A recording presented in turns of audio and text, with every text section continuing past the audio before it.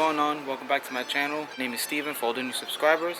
And today's video is basically going to be how to build a 300 horsepower Honda Civic, and I'm going to give you guys my setup and stuff that I'm using on my car. And then I'm just going to do a separate video another day of everything that my car has, because people have been asking me about all the parts that my car has. So first I'm going to start off this video and I'll show you guys how to build a 300 horsepower Honda Civic. So let's get to it.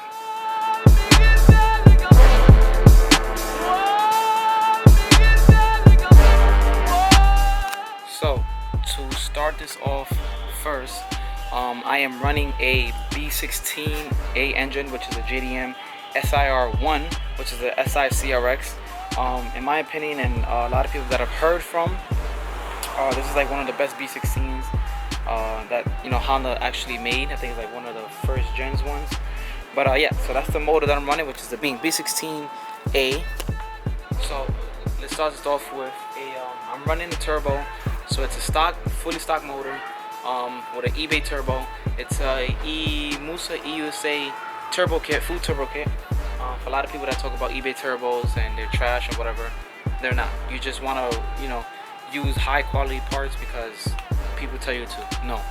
If I knew that these turbos were not, reliable and not good, I would have went obviously with like a Garrett or a Borg, something. I would have went with something high quality. But I know that these turbos work. This is only my second turbo in like 4 years, something like that, 5 years. You could buy a Garrett turbo and it could get fucked up within 1 year. It doesn't even.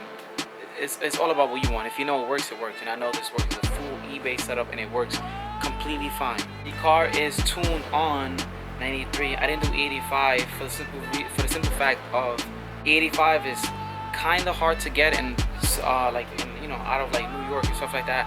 So I didn't want to be going through the hassle of having to go to like an E85 gas station, go get like gallons of E85, leave it in the car, and if I have my daughter. So I didn't really want to do none of that. So I just kept it safe, on the safe side, tuned it on like BP 93 gas, which is good enough, is reliable. I can get gas anywhere I want, so I don't have to have the hassle of trying to find E85 or make sure the E85 is good and but I do plan on hopefully soon getting a flex fuel sensor and then tuning it on E85 so I can go from E85 to 93. Just keep changing it, and it'll be perfectly safe because the flex fuel sensor basically just changes the fuel settings and like the knock sensor and the combustion, all of that just changes with the flex fuel sensor, which is amazing. For my throttle body, I am running a 70mm block throttle body. I had a Skunk 2 throttle body, but the spring or whatever started getting messed up, so it started staying open. If you guys are like old subscribers,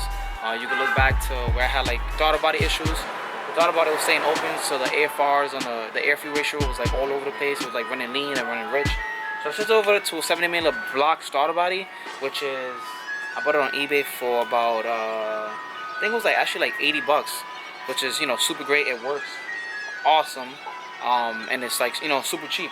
Let me show you guys. It basically looks the same exact way as a Skunk 2 one. Basically all throttle bodies are designed the same exact way. You just can't buy like some cheap one where like the spring is too soft or like the spring is like kind of messed up or doesn't look right, but literally looks the same exact way as a Skunk 2 one. And if I'm not mistaken, I don't know if it's blocks or I don't know if it's blocks, but I think blocks and Skunk 2 like the same exact company. I'm not too sure. So obviously when you're running a turbo car, you need a 4-bar map sensor so you can tune the car. You can run a stock map sensor on your car, but if you run a stock map sensor, you can only go up to I think 10 psi of boost, which is what my car is on now. But I got the Honda added just to be on the safe side, because obviously soon I'm gonna change a couple things up and this car's gonna have more power and they're here and there. So I just wanted to get the 4-bar map sensor so I can have more space and more room for later on. But you definitely need a 4-bar map sensor to tune the car. If you're gonna tune over 10 psi, obviously you need a Honda, or you need a block. So you need I think Blackworks has one also. But you definitely need a 4-bar map sensor to tune the car. So for my fuel setup, I am running 1000cc Bosch injectors. I got 1000cc because I wanted more room to play with when I go E85 and when I go for more power. So you can go with like something with like 550. They'll be a little bit more cheaper, but the price difference and the price range is not that much, to be honest. probably like a couple, maybe like $150, something like that. I think the difference is. I got these injectors for a good deal. I got them brand new for, I think, 580, something like that. But I wanted to get these because, like I said, I wanted more room for like 85, and when I go, you know, when I actually build a motor and stuff, and if I wanted to sell them, I can sell them for a good price because they're 1,000 cc's, and a lot of people need 1,000 cc's and use them actually. I'm also running a Golden Eagle fuel rail with an AEM fuel pressure regulator. A lot of people run stock ones. You can run stock ones also. For 300, you can run a stock fuel rail, but I prefer, you know, more flow for fuel. You know, a little bit more free flowing. So I just, you know, ended up getting the fuel rail, which mostly everybody does, because you need a lot of room for fuel. I'm running a Marlboro 255 fuel pump. You cannot, well, I'm not gonna say you cannot. You could run a stock fuel pump, but you're not gonna make that much power. So for the power range that you want of this car, which is 300, you can, you know, you need a bigger fuel pump, you know, so you can put out more fuel, and you know, it can give it that fuel that the motor needs. They're like super cheap. They're like, if I'm not mistaken, they're like, I think like $100 or something like that. So they're super good, super cheap, and they're a big part of trying to make, you know, 300 horsepower. Obviously, there's a lot of different ways you can make 300 horsepower, but this is my setup, and if you guys want to go with this same exact setup, you'll get the same results. But you can get better results if you do, you know, like E85, or if you do like a head package, stuff like that. Obviously, you can make bigger numbers, whatever. This car right now is stock. I'm enjoying it. I didn't push it to the max because I wanted reliability and drivability. As you guys see, I drop all over the place with it. You know, I beat on it. Car is super reliable. That's what I wanted. I didn't want to max out the numbers and, you know, do a couple pulls and just boom, the motor just blows. I'm also running a Type R intake manifold, which is just a stock manifold, but it's better and more flowing than like a B16 one. So this is basically the same exact thing as a Skunk 2 one. So if you guys are looking for something that's, you know, that's good and similar to like a Skunk 2, this is literally the same exact thing. Quick fun fact, from what I know and from, you know, from what I did research on, Skunk 2 made their manifold off of the Type R manifold, because obviously this was like the first manifold that everybody was doing, and Skunk 2 made literally a replica of this one. So I'm pretty sure, so Skunk 2 and Type R are like the same exact. You know, obviously if you guys want to make more power, you can just, you know, you can bore out the throttle body side a little bit more, and you can bore out the intake side also a little bit more, and it'll be more airflow, so you'll make more power. But like I said, it's just a reliable stock motor. Everything is completely stock on it. From the, like, you know, the results and numbers that I got are pretty amazing. The car actually surprises me and surprises everybody that actually like gets in it and drives, because the car is a light car. Like, you know, carbon fiber hood, carbon fiber trunk, carbon fiber mirrors. I just put, like, you know, everything is the car is probably roughly like around, like, say maybe like 24ish maybe. I'm not too sure. I never really took it on, you know, I never really took it to get weight, but the car does surprise me and does surprise a lot of people for the power that it puts out. And this thing just be spinning first, second, third gear, and this is a super good car. And I also forgot to explain to you guys that the turbo size that I'm running is a T3 T4 turbo 50 trim. The back side, the hot side, is a 63 AR. The front side is, I think, a 50, because it's a 50 trim turbo. It's a small turbo. I want a small turbo because small turbo spool way quicker than like a big turbo. Big turbo, you get your power band up high. That's when like the, you know, that's when like boost really kicks in, like high up in the RPMs. This one is just right away, instantly the boost kicks in, right, like literally right away. Once you just step on it, like just boost is right there. Especially when like boost kicks in and the VTEC kicks in, like you definitely just feel much more of a like instant pull, and just you feel it literally just go, instead of being a bigger turbo and the boost kicking in like way high up in RPMs. And for, you know, for cooling, I'm just running a regular eBay radiator with a stock fan. I have the fan running direct so the motor stays cool, so the car won't actually get hot and you know, overheat and stuff like that. But that's for another video. I'll show you guys how to do that. But yeah, just a regular eBay turbo. And then I have a Dash 10 Moroso breather can. Basically the breather can is basically for all the combustion and the pressure from the block when it comes out. it needs some way to get out.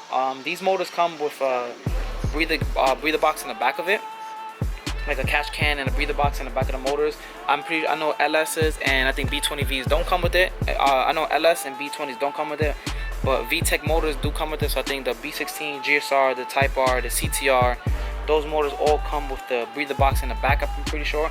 But I just went and got a, just separate one line, just so all the pressure could come out through there also, because you don't want a lot of pressure coming out through the block. That's where a lot of things happen. So if you have nowhere for that air to, for that combustion and that pressure, the crankcase come out, it could, get a lot of blow by and could mess up a lot of things. So I just went with 1-10 fitting to the Moroso catch can. I might go with 2, might do like another valve cover also, but for right now, that's pretty good. I haven't been having any issues with it. Also, for the last piece, pretty sure I covered everything, but for the last piece that you need is a crucial part, one of the most important parts, the ECU. So I am running a Honda S300 version 3, which is the Bluetooth one, which is literally amazing because whenever I'm driving or anything, I can literally just pull up my phone, read all the data from the motor onto my phone. So I can literally see if I have a check engine light on, I can delete the check engine, I can see my engine coolant temperature, I can see the VTEC, I can see the RPM I'm in, miles per hour, the IAC, the TPS. I can see all of that through my phone. You don't have to get the version 3, there's other, the version 2, version 1, but if you want to get an ECU that's good, I recommend just get the Honda version 3 because you won't regret it. You can literally see everything on your phone. You don't have to pull up a laptop and just see everything. You can literally just open your phone, connect it to your Bluetooth, and you can literally see everything on your phone. I forgot to let you guys know, these are ram horn turbo headers, also known as turbo manifold, but I want the ram horn instead of the other one because these are more flowing and more better. And then the intercooler is see if you guys can see it. The intercooler is a CX Racing intercooler. So yeah guys, that's basically how to get a 300 horsepower turbo Honda. Obviously, like I said, this card, I didn't max out the power. I didn't go for super big numbers because I just wanted more of a liability. I just took it easy. Like I said, the car's gonna go back to tune. Shout out to Yo Solo, Top Secret. I know you guys can see it on my windshield. Amazing guys. They tuned the car. Super good tuners. But yeah, that's basically it. eBay turbo, 7mm throttle body, Type R manifold, Golden Eagle fuel rail, AEM fuel pressure regulator, 255 War Bar, Honda, 50 trim eBay turbo, CX Racing intercooler, Honda map sensor. You can do the catch can if you want, or the breather can. I suggest you go with it because you don't want a lot of blow by and mess up your motor, like I told you guys before. Yeah, I think that's covered it all. I have NGK spark plugs, gap to 18 because that's what my tuner gaps to spark plugs too. He told me to get some different spark plugs. I'm not going to give you guys a secret yet because I'm going to put them in his car. He said there should be more spark and the car should run way better. A little expensive, like 40 bucks for a pack, but I'm going to definitely get those next time I change these spark plugs. I'm having a little bit of an issue right now with, I think, the TPS, but around 3,000 when it stays there, it starts, I hear it kind of sputtering a little bit, if the TPS is messed up, it's not reading the throttle. So I'm gonna look into that maybe next week. Tomorrow I'm going to I think it's Honda Super Meet, something like that. I always mess it up with Super Street Meet, Super Meet, don't laugh at me. But yeah, so this is basically my 300 horsepower Honda Civic. You can basically do the same exact thing, get the same exact numbers depending on what motor you go with and stuff like that, you know what I'm saying? Obviously it's a little bit harder to go with, getting that 300 horsepower range number with the B16 because it's a 1.6 and it's a small motor, but you will be surprised these motors can take a lot of beating, better than the LSV, way better than the B20V, better than the LS or a regular B20. These motors are super good, so it depends on where you want to go. If you go to LSV, obviously you can make the numbers easier. If you go to B20V, you can go with the numbers even easier because obviously, 1.8, 2.0, bigger displacement, more room for power, more torque, stuff like that. But this is my setup, and if you guys want to, get around the same numbers, I'm not going to say you're going to get the same numbers because it depends on your tuner and everything. But if you want to reach these numbers or similar or close, this is exactly my setup and everything you can do to reach these numbers. So yeah guys, that's that. I'm gonna close out the video now, but before I close out the video, I just wanted to tell you guys, I know the videos haven't been as interesting or stuff like that because I let you guys in on a lot of stuff, but there's a lot of like it's a lot just going on. Like my dad just came out the hospital. I'm actually gonna meet up with him right now. I'm gonna do 2 vlogs today. I'm gonna meet up with him today, and he's actually gonna be working with me on my brother's car today. His first time working on cars since he's been at the hospital. This guy is literally a warrior. Like he's just so strong. But stay tuned for that video. It's gonna be after this. But yeah, there's a lot of things that have been going on, like responsibility, family stuff, you know, working and stuff like that. But things are slowly getting back to normal. Things are, you know, getting good. My girlfriend, shout out to wifey, she just got like a huge promotion at her job. So she's like a store manager for her store, but she went now even higher to like one of the highest positions right now. So shout out to you, babe. Keep doing your amazing stuff. So things are actually working out little by little. Videos are gonna start picking up the speed again. My dad is starting to feel a little bit better, so little by little, you know, I'm not gonna rush into it. I'm gonna bring my dad back into the videos. You know, he wants to be out, he wants to work on cars. So today's gonna be actually the first day he works on a car. But yeah, just wanted to let you guys know that there's a lot been going on. I'm sorry if the videos haven't been as interesting as before, but I promise you they're gonna start picking up as of today. Just picked up a new sponsor also, so look out for that video. And I also have to put on some aux beam headlights and fog lights on my daily, which is my central, which I haven't did. There's just been a lot going on, so stay tuned for all of that, guys. But yeah, this is how you build. This is my 300 horsepower turbo Civic, and I'm gonna be doing a build breakdown on the whole entire car because a lot of people have been asking me for it. I've made the video before, maybe a couple months ago, but a lot of people want to see it again, and the car is different now. So that's another video that I'm also gonna do, so stay tuned for that also, guys. So a lot of content is gonna be coming, guys. Let's hit 10K, guys. Remember, build to enjoy. Peace.